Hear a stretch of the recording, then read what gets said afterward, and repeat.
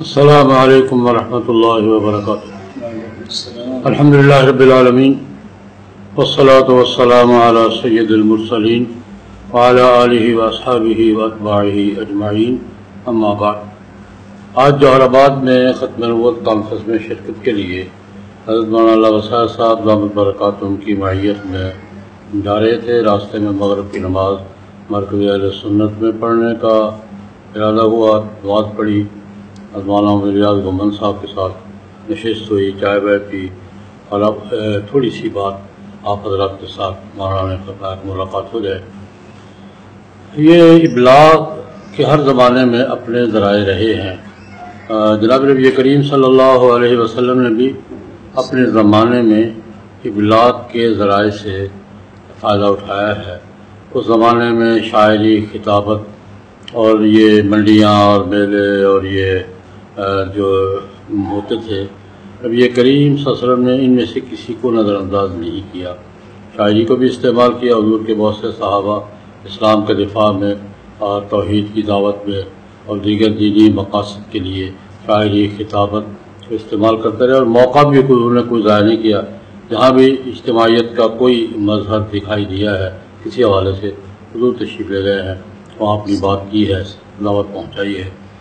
تو آج ابلاغ کے ذرائع بہت پھیل گئے ہیں، بہت زیادہ پھیل گئے ہیں، اور یہ الیکٹرانک میڈیا اور یہ بالخصوص یہ سوشل میڈیا اور الیکٹرانک میڈیا کے مختلف شعبے یہ آج بڑی اہمیت اور کم و بیش ذہن سازی میں فیصلہ کن حیثیت اختیار کیے ہوئے ہیں۔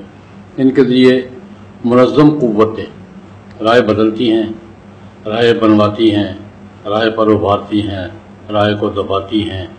آج دنیا میں ہر سطح پر، عالمی سطح پر بھی، ملکوں کی سطح پر بھی، علاقائی سطح پر بھی یہ الیکٹرانک میڈیا ہی رائے کی تشکیل، ان کو رائے کو تبدیل کرنا، منظم کرنا، اس میں اہم کردار اس الیکٹرانک میڈیا کا ہے۔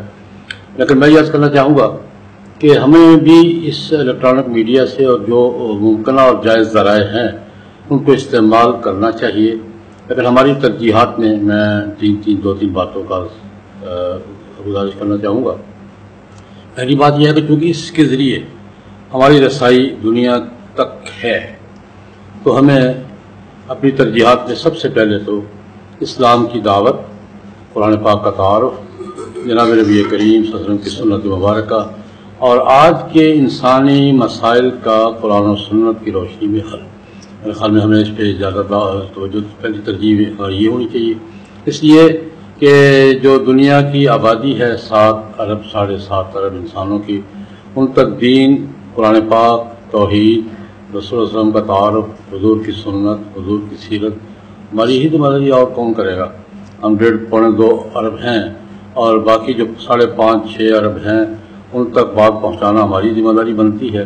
ایک تو یہ ہے کہ پہلا درجہ مثبت انداز میں آج کے اسلوب کو سامنے رکھتے ہوئے اسلام کی دعوت، توحید، قرآن پاک کی قرأت اور تلاوت، اور جناب نبی کریم صلی اللہ علیہ وسلم کی سنت طیبہ اور سیرت مبارکہ کا تعارف۔ اس کے بعد دوسرا بڑا میدان جو ہے میرے نزدیک یہ ہے کہ اسلام پر مختلف حلقوں کی طرف سے جو اعتراضات اسلام پر، اسلام کے قوانین پر، جناب نبی کریم کی سنت مبارکہ پر، قرآن پاک کے احکام پر آج کی لاجک کے حوالے سے جو اعتراضات ہو رہے ہیں، شکوک و شبہات پیدا کیے جا رہے ہیں، یہ ان شکوک و شبہات کا ازالہ، ان کا جواب اور دفاعی، پہلی میں نے دعوت کی بات کی، اب دفاع کی بات میں دفاع کا پہلا درجہ یہ ہے کہ ہم عالمی سطح پر مختلف حوالوں سے آج کے اسلوب میں جو اسلام، قرآن پاک، جناب نبی کریم سیرت مبارکہ، شریعت کے احکام پر جو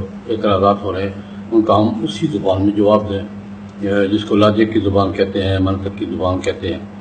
اور تیسرے نمبر پر ہماری نئی نسل جو ہے، نئی نسل زد میں ہے اس وقت، یلغار میں، عالمگیر یلغار کی زد میں ہے، شکوک و شبہات پیدا کیے جا رہے ہیں۔ میں گزارش کیا کرتا ہوں کہ آج کے دور کا سب سے بڑا فتنہ کیا ہے کہ شکوک پیدا کرنے والے، تشکیک پیدا کرنے والے، وہ تو بڑے منظم اور تیاری کے ساتھ کام کر رہے ہیں، لیکن دفاع کرنے والے اس تیاری کے ساتھ کام نہیں کرتے. ہماری وہ اسٹڈی نہیں ہوتی کہ ہم اس کو یہ اس کا نقصان ہو رہا ہے. اور دوسری بات یہ ہے کہ جو اوریجنل لوگ ہیں نا، ایک بات میں ہمیشہ علماء سے کہا کرتا ہوں کہ مسائل جو پیدا ہوتے ہیں، اگر اوریجنل لوگ اس کو فیس نہیں کریں گے، اس پر بات نہیں کریں گے، تو نان اوریجنل لوگ پھر آئیں گے، پھر وہ اپنی بات کریں گے، پھر ہمیں شکایت پیدا ہوتی ہے، پھر ہم ساری زندگی دفاع میں گزار دیتے ہیں. میرے خیال میں ہمیں اس کو محسوس کرنا چاہیے، اوریجنل لوگوں کو آنا چاہیے. جو جدید مسائل ہیں، یا شکوک و شبہات ہیں، یہ اعتراضات ہیں، نئی نسل کے ذہنوں میں جو باتیں پیدا کی جا رہی ہیں، پلاننگ کے ساتھ کی جا رہی ہیں، ان کے اسباب کو سمجھنا، ان کے لیول کو اور اسلوب کو سمجھنا، اور اس کے مطابق نئی نسل کو مطمئن کرنا، یہ بھی ہماری ذمہ داری ہے. ہمیں اس پہ توجہ دینی چاہیے. اور پھر اس کے بعد جو ہمارے یہ تو میں نے عمومی بات کی ہے، یہ بھی ہماری دینی ضروریات میں سے ہے. ہمارے جو مسلکی اور مذہبی تقاضے ہیں، مثلا حنفی ہیں، اہل سنت والجماعت ہیں، دیوبندی ہیں، اس اپنے صحیح تصویر پیش کرنا، صحیح مسئلوں کو اچھے انداز میں پیش کرنا، اور شکوک و شبہات کے دائروں کو توڑنا، جواب دینا، یہ بھی ہماری ذمہ داری ہے.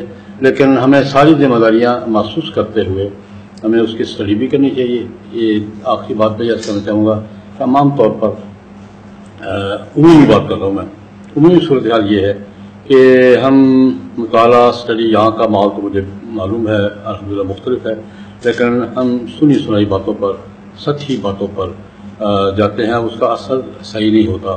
میں یہ کہا کرتا ہوں کہ یہ زمانہ وہ ہے جس طرح فاسٹ فوڈ سے گزارا ہو رہا ہے نا، فاسٹ انفارمیشن بھی آ رہی ہے ہمارے یہاں، کہ فاسٹ انفارمیشن کے ذریعے ہم سارے مسئلے حل کرنے کی کوشش کرتے ہیں. کہ ہمارے اکابر کا اور ہمارے بزرگوں کا معمول رہا اوریجنل اسٹڈی. محاذ پہ، میڈیا کے محاذ پہ کام کرنے والے اپنے اہل دانش سے یہ کہوں گا، اوریجنل اسٹڈی کا ماحول پیدا کریں. اصل ماخذ، اصل حقائق، جو موجودی صورتحال، اسباب تک رسائی، حل کے تجزیے میں صحیح رخ اختیار کرنا، یہ آج کل اس کا رجحان کم ہوتا جا رہا ہے. میں سمجھتا ہوں کہ ہم اگر صحیح طریقے سے اس میڈیا کو اسلام کی دعوت کے لیے، دفاع کے لیے، اور نئی نسل کے ایمان اور فکر کو بچانے کے لیے صحیح طور پہ استعمال کریں اور پلاننگ کے ساتھ، تو ہم ایسا نہیں ہے کہ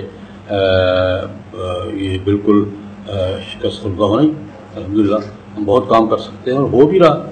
لیکن اگر کام کو تھوڑا سا منظم کر لیا جائے اور تھوڑا سا سلیقے سے کیا جائے تو الحمدللہ اس کام کی ضرورت بھی ہے، افادیت بھی ہے، اللہ کے ہاں اجر و ثواب بھی ہے انشاءاللہ العزیز. نیک نیتی کے ساتھ صحیح اسلوب سے اپنے بزرگوں کے افکار کو پھیلانا اور اسلام کی دعوت کو پہنچانا ہماری دینی ذمہ داری بھی ہے. اللہ پاک ترقیات نصیب فرمائے، برکات نصیب فرمائے، قبولیت عطا فرمائے اور رضا نصیب فرمائے. آخر دعوانا الحمدللہ. لا إله إلا الله، لا إله إلا الله، لا إله إلا الله، ما لنا رب سوى. لا إله إلا الله، لا إله إلا